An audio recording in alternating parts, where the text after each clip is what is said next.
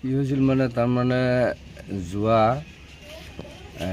বৃহস্পতিবাৰে 5 তাৰিখ ৰাতিপুৱা 5মান বজাত ছোৱালীজনী ঘৰৰ পৰা নিৰুদ্দেশ হৈছে। কিন্তু ছোৱালীজনীৰ বিকাৰগ্ৰস্ত আছে আৰু মুখত মাত মাতিব নোৱাৰে, বোবা হয়। ছোৱালীজনীৰ নাম কি? ছোৱালীজনীৰ নাম হ'ল চাহিদা খাতুন। বয়স কিমান হ'ব? বয়স 27 বছৰ। থানাত অৱগত কৰিছে নেকি? থানাত আমি অৱগত কৰাইছোঁ।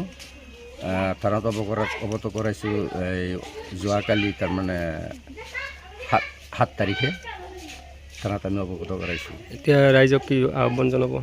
ৰাইজক এইটোৱে আহ্বান জনাওঁ, যদি কোনোবা ৰাইজে কোনোবা ব্যক্তিয়ে যদি ছোৱালীজনীৰ কোনো ধৰণৰ কোনো খবৰ পায়, মোবাইলত ফটো দিয়া আছে, ফটোসহ যদি চিনি পায়, তেনেহ'লে মোবাইলত স্ক্ৰীণত দিয়া নাম্বাৰত আপোনালোকে যদি ফোন কৰি আমাৰ লগত যোগাযোগ কৰি ছোৱালীজনীক আমাক হয়তো দিয়ে, তেনেহ'লে আমি খুব হয়তো উপকৃত হ'লোঁ আৰু আপোনালোকক ধন্যবাদ দিলোঁ।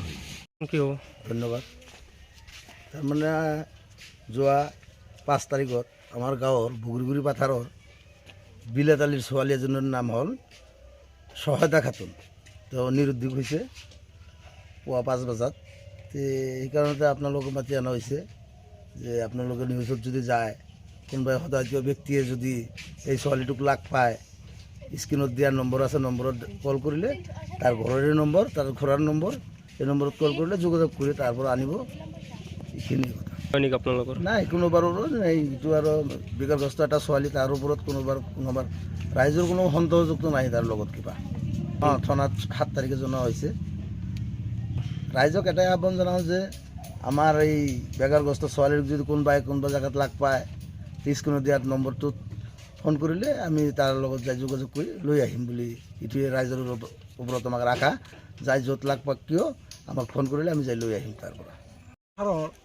বিলাতালী, পিতাৰ নাম বিলাতালীৰ ছোৱালী চাহিদা নামৰ ছোৱালীজনী আজি 3 দিন ধৰি নিৰুদ্দেশ হৈ আছে, 4 দিন ধৰি নিৰুদ্দেশ হৈ আছে। তাৰপিছত আমি যোৱাকালি থানাত অৱগত কৰা হৈছে, কিন্তু ছোৱালীজনীক এতিয়ালৈকে বিচাৰি পোৱা নাই। যদি আপোনালোকৰ নিউজৰ সহায়ত বা ছ'চিয়েল মিডিয়াৰ সহায়ত যদি আমি তাক বিচাৰি পাওঁ, মানে আমাৰ সেইটোৱে আশা। তাত আমাৰ কণ্টেক্ট নাম্বাৰ দিয়া থাকিব। কণ্টেক্ট নাম্বাৰত যদি কোনোবাই সদায় ব্যক্তিয়ে যদি পায়, যোগাযোগ কৰিলে আমি তাক লৈ আহিম।